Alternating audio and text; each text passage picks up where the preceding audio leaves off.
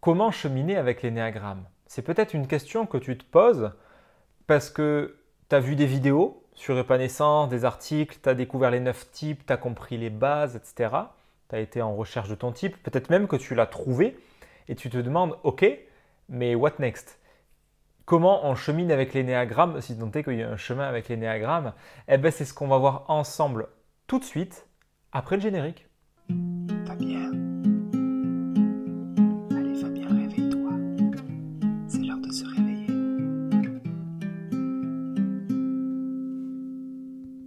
On pourrait dire qu'il y a comme 3 phases avec l'énéagramme, c'est-à-dire 3 axes différents qui vont être intéressants à explorer et ce n'est pas forcément temporellement cohérent, hein. Ça peut s'entremêler bien évidemment. Et la troisième étape va d'ailleurs vachement te surprendre parce que c'est quelque chose que dont peu de gens ont conscience dans l'énéagramme. Alors, on commence tout de suite avec le premier axe de cheminement avec l'énéagramme qui est simplement de voir à quel point tu es ton type.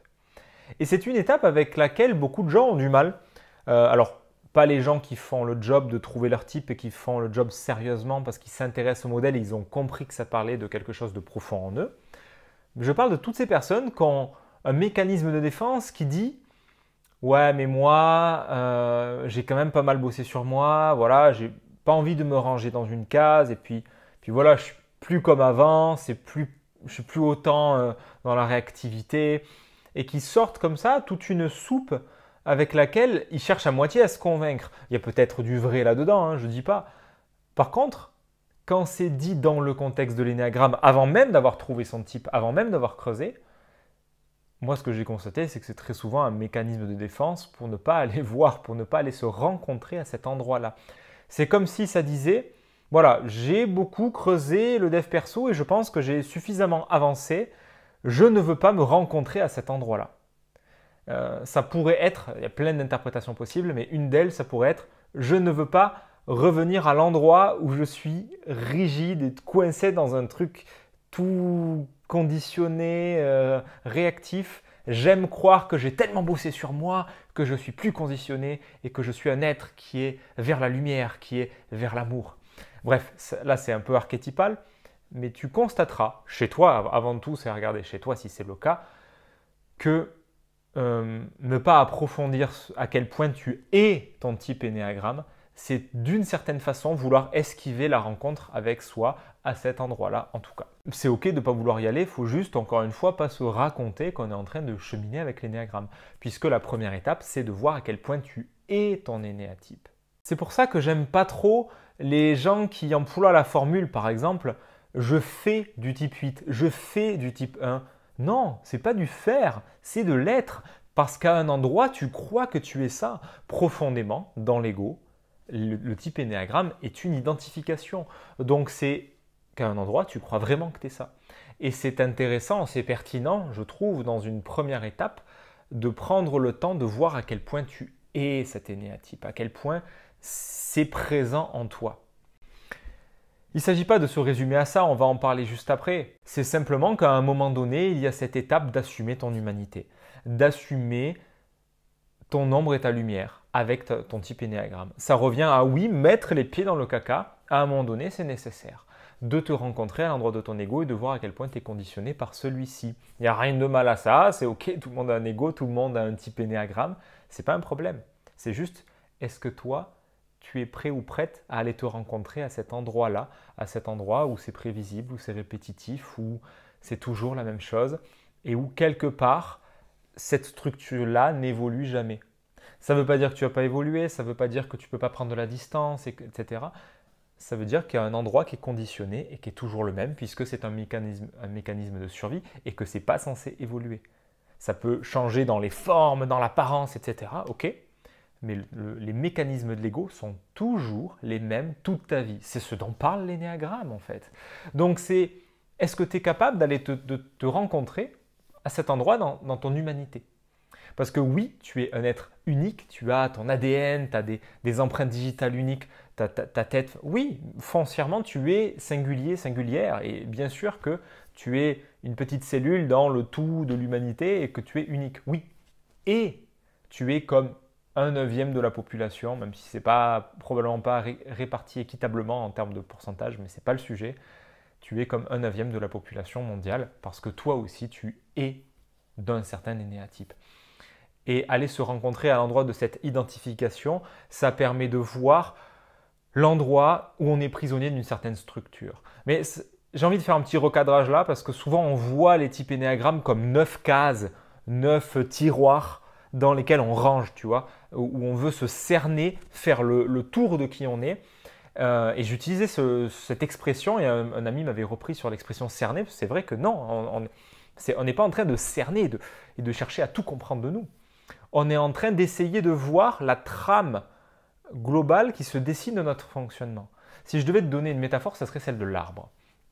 Il ne s'agit pas de dire « je suis un arbre », ah oui c'est bon, c'est un arbre, comme ça c'est scellé, c'est enfermé dans le mot. Non, il s'agit plutôt de repérer à quel type d'essence d'arbre tu es. Est-ce que tu es plutôt un être ou ne pas être? Est-ce que tu es plutôt un chêne? Est-ce que tu es plutôt un bouleau? Quel type d'arbre tu es? Et à quoi on le reconnaît, l'arbre? On va le reconnaître à son écorce, à son tronc, on va le reconnaître à ses branches, à ses feuilles, à ses fruits.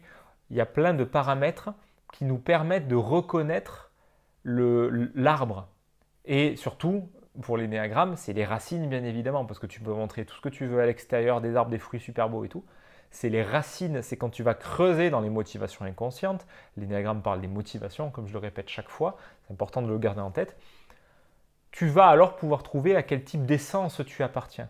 Mais tu te rends bien compte que ce n'est pas des cases dans lesquelles tu t'enfermes, c'est plutôt une qualité d'être, une qualité d'un certain arbre qui apparaît, qui est d'une certaine façon, qui fonctionne d'une certaine façon. Et du coup, il y a effectivement, tous les êtres sur Terre ne sont pas exactement les mêmes, mais ce sont tous des êtres. En tout cas pour les mecs qui ont mappé tous ces arbres-là. Donc il y a une tendance de fond, et cette tendance de fond, c'est l'énéatype. Et tous les énéatypes 1, 2, 3, 4, 5, 6, 7, 8, 9 ont les mêmes mécanismes, la même passion, la même fixation, c'est le même fonctionnement, même évitement compulsif. Et à cet endroit-là, c'est le schéma commun de l'humanité. À cet endroit-là, c'est un motif récurrent, comme pourrait l'être le motif des veines, le motif du réseau circulatoire, du nerveux, le système racinaire. Tout ce fonctionnement-là, c'est un motif récurrent au même titre que l'énéatype. Une fois cette structure psychique trouvée, tu as accepté et assumé que tu es de ce type énéagramme. Tu es ça, oui. Et pour autant, tu n'es pas que ça.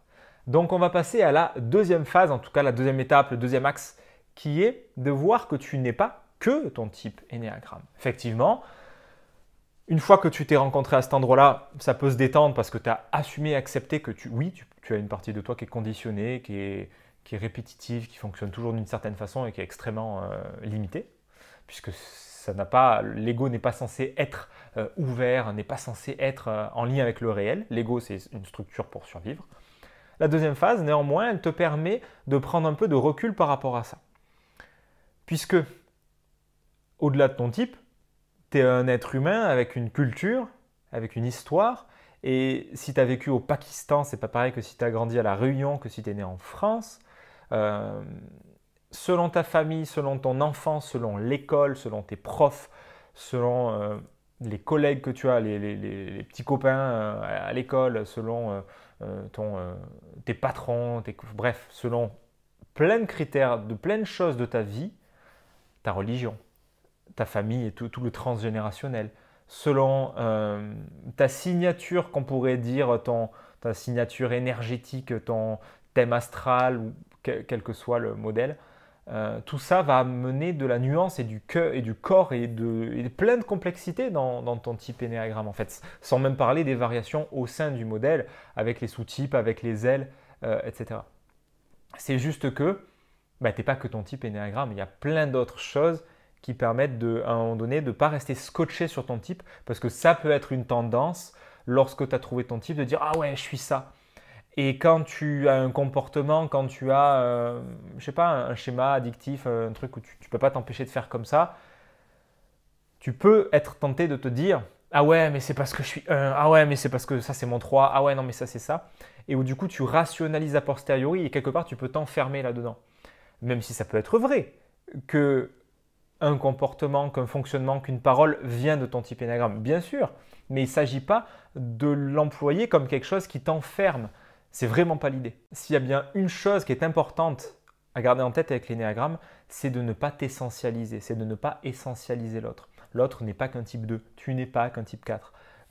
Les gens ont leur énéatype, oui, mais non seulement ça ne dit en rien comment ils l'expriment, et puis surtout, ils sont pas que ça, quoi. Même si un énéatype 1 qui soit du Bangladesh, qui soit de France, qui soit de Navarre ou des Amériques ou de Russie, ils vont se ressembler à plein d'endroits de leur énéatype, tous les mécanismes de l'énéatype qui sont décrits. Par contre, ça peut s'exprimer de plein de façons en fonction de tous les tabous, de tous les trucs de la culture et du vécu. Bref, il y a beaucoup de nuances à cet endroit-là. Et c'est important que tu ne t'essentialises pas toi-même, parce que tu n'es pas que ton type. Et c'est important que tu n'essentialises pas les autres, parce que sinon tu vas avoir un rapport mécanique où tu vas dire ah alors les 8 ils sont comme ça, les 7 ils sont comme ça, et où du coup tu tombes dans un biais cognitif très classique, c'est l'effet Pygmalion je crois, où tu t'attends à voir de l'autre, tu t'attends à ce que l'autre soit comme ça, du coup tu vas te comporter de telle façon, et tu vas précadrer l'interaction, et tu t'enfermes dans un truc qui est tout sauf de la vie. Tu n'es plus dans du vivant, tu es dans quelque chose de conditionné où tu as créé la réalité avec ta tête, comme nous faisons tout le temps, mais où c'est vachement limité et ennuyeux, quoi. Donc, quel que soit le type de la personne, ouvre-toi, tu peux t'ouvrir à l'idée que la personne est un peu plus complexe que son type énéagramme. Des fois, c'est pas vrai, des fois, la personne est un archétype et l'énéagramme te permet de comprendre extrêmement bien tout ce que dit et fait cette personne. Et il y a des gens qui sont des clichés, c'est comme ça, hein. Mais pour autant, c'est loin d'être le cas de tout le monde. Il y a plein de nuances. Et enfin, le troisième axe intéressant à développer, et peut-être un des plus intéressants et des plus perturbants, c'est de regarder que tu n'es pas ton type énéagramme. Est-ce que je me contredis par rapport à plus tôt dans la vidéo? Oui, on va en parler juste après. C'est de regarder que tu n'es pas ton type énéagramme parce que si tu reprends la figure de l'énéagramme, la figure géométrique fondamentale dans ce modèle, c'est le cercle. Le cercle, c'est l'unité. C'est le tout, c'est le serpent qui se mord la queue. Dans toutes les spiritualités, traditions, il y a toujours ce truc de cette loi du un, la loi de l'unité. Et cette unité de toute chose, elle s'applique aussi à toi. Tu fais partie de ce truc-là. Tu es ça aussi à un endroit. Et du coup, même si tu es, quel que soit l'énéatype, donc tu es sur le pourtour du cercle, mais à un endroit, tu es aussi le cercle. Tu es ce tout qui accueille l'énergie de tel énéatype, avec les mécanismes, avec tout ce qui va avec, et pas que l'énéatype qui accueille ton histoire, qui accueille ta culture, etc. Mais c'est ne pas oublier que tu es le vide mis en forme à travers ce corps et à travers ce psychisme. Et ce n'est que dans le langage que l'on peut dire corps et psychisme. Dans la réalité, ce n'est pas des concepts, il n'y a aucune séparation. C'est la même chose. C'est comme le yin-yang, j'avais appris ça d'un ami, quand on dit le yin et le yang, il paraît que dans la philosophie chinoise, on ne dit pas yin et yang, c'est le yin-yang, c'est inséparable, c'est la même chose. Bref, l'idée c'est de comprendre que ton psy-corps, ton corps psy, comme dirait un de mes anciens formateurs, c'est en fait la même chose et c'est cette unité fondamentale qui accueille qui tu es. Et si tu prends du recul, ça peut être fait dans des méditations, ça peut être fait dans plein d'expériences mystiques qui peuvent être au volant de la voiture, en méditant sous un arbre ou sans méditer. Bref, tu contactes ce vide en toi. Et c'est l'endroit où tu n'es pas ton type énéagramme, parce que c'est un endroit où tu n'es rien du tout. C'est un endroit où tu es du vide, de la vacuité. Et c'est pour nous protéger psychiquement de cette vacuité que l'ego est né. L'ego, c'est une structure psychique qui permet de faire face à cette vacuité qui mettrait en PLS tout système nerveux. D'ailleurs, quand on vit ce truc-là de mort de l'ego, de disparition de l'ego, ça peut faire un énorme flip, une crise d'angoisse, parce qu'il y a le jeu qui se dissout dans une totalité, et tu vois que le personnage, ça devient pouf, disparu. Donc à un endroit, tu n'es plus ton type énéagramme. J'ai rien compris. Non, ou alors c'est moi. Non, moi non plus, j'ai rien compris. Non, non, non, mais c'est moi. C'est d'ailleurs dans cet espace-là que c'est le plus simple de repérer ton type énéagramme. Puisque quand tu es dans cet espace de vacuité, tel que en méditation ou état similaire, tu peux observer ce qui se manifeste. C'est parce que la vie, c'est essentiellement à la base du vide, du silence, que tu peux profiter de la musique. S'il n'y avait que du son, bah, ça serait, tu n'entendrais pas. Tout comme s'il n'y avait que du son, tu n'entendrais pas mes paroles. Parce que tu les entends parce qu'il y a le vide qui le supporte. Et tu peux entendre les mots qui sont séparés, qui forment des phrases, tu y mets du sens, etc. Donc depuis un espace de vide, quand tu fais ce travail de connaissance de toi et d'aller regarder à l'intérieur et d'essayer de trouver ton type, ben finalement, un des meilleurs axes, de toute façon, ça reste toujours l'introspection, parce que c'est dans ce silence-là que tu vas voir des choses qui popent. Oh, une pensée, oh, une émotion, tiens, qu'est-ce qui se passe, d'où ça vient, d'où ça part ce truc-là, qu'est-ce qui fait que ça a apparu, de quel endroit ça part en moi, et ça te permet de prendre plein d'indices et de récolter plein d'indices pour trouver ton type énéagramme. Parce que forcément, avec un ego, une structure psychique qui est toujours la même et qui est répétitive, qui est automatique, inconsciente, que tu ne contrôles pas, parce que l'énéatype, il est là, ben dans l'espace du vide, tu vas la voir se manifester, cette structure. Toujours de la même façon, de façon très proche et très similaire à chaque fois. Et c'est comme ça que tu vas repérer ton type. Donc ce qui va être intéressant, c'est à la fois de repérer depuis cet espace de vide tout ce qui va se manifester et qui t'informe sur ton type énéagramme, et dans un second temps, de repérer l'identification au type énéagramme. Parce que quand tu as beaucoup cheminé avec l'énéa, ou pas forcément beaucoup, mais au début, dans les premières semaines, dans les premiers mois, peut-être la première année, peut-être les 2, 3, 5 premières années, ça dépend, tu vas finir par t'identifier à ton type énéagramme. Parce que tu vas voir à quel point tu es ça. Tu vas voir les mécanismes qui surviennent, tu vas voir que, ah ouais, c'est vrai que je suis ce type-là. Et l'énéatype étant déjà une identification, une transe d'identification au centre préféré utilisé dans une des directions, ça veut dire que tu t'identifies à une identification. Du coup, c'est vachement crispé cette histoire-là. Donc ça c'est une deuxième étape, parce qu'il faut à un moment donné passer par l'étape de l'identification pour voir ton type et tout, et ça fait partie du job. Et après, il y a une étape de désidentification, de détachement de cet énéatype, où il ne s'agit pas de le rejeter, de dire « Non, je ne suis pas mon type énéagramme !» parce que sinon c'est un rejet émotionnel qui n'est pas détendu. Donc c'est qu'à un endroit, tu ne veux pas voir que tu es cet énéatype. J'insiste qu'il y a cette phase très importante. Et il y a, ce dont je parle, c'est vraiment d'un détachement, de voir à quel point, de voir, et pas de te raconter, de le comprendre mentalement, d'expérimenter dans l'espace du cœur, du corps. Ok, à cet endroit-là, je ne suis pas ce type. Je ne suis pas ce type 3, je ne suis pas ça. À un endroit, c'est du vide qui accueille tout ce bordel. Bref, c'est tout plein de mots pour te faire passer l'idée que tu peux accueillir ce paradoxe, ces paradoxes, et ça va être un petit peu la synthèse de cette vidéo, c'est de pouvoir coexister avec tes paradoxes. Le cerveau déteste la dissonance cognitive, donc si tu entends A et non A, le cerveau il est là, du coup, mais attends Fabien, je suis mon type énéagramme ou je ne suis pas mon type énéagramme? Eh bien les deux mon capitaine.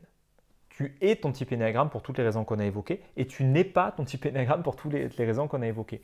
Donc toi tu peux tenir ces deux points de vue-là, c'est même ces trois points de vue-là, puisque je suis mon type énéagramme, c'est vrai, puisque c'est une identification qui est tout le temps là.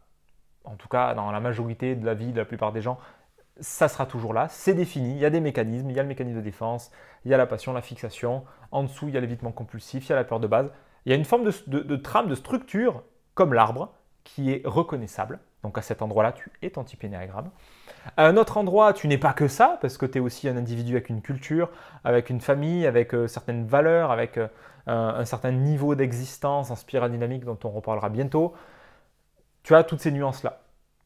Et aussi, à un endroit, tu n'es pas ton type énéagramme, puisque tu es la vacuité, comme moi, comme tout le monde, cette vacuité fondamentale qui accueille le reste.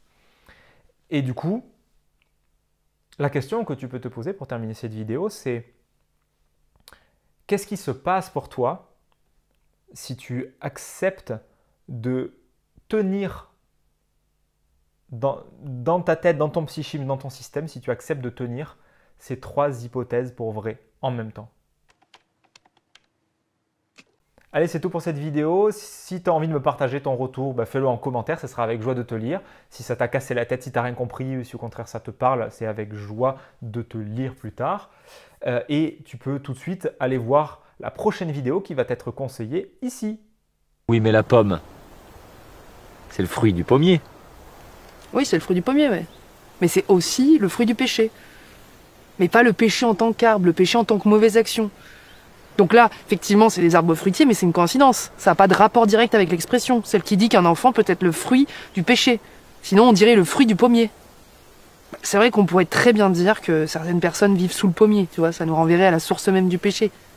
Et dans ce cas-là, on pourrait très bien dire que nous sommes tous le fruit du pommier ou le fruit de la pomme, étant donné que nous sommes tous issus de ce premier péché.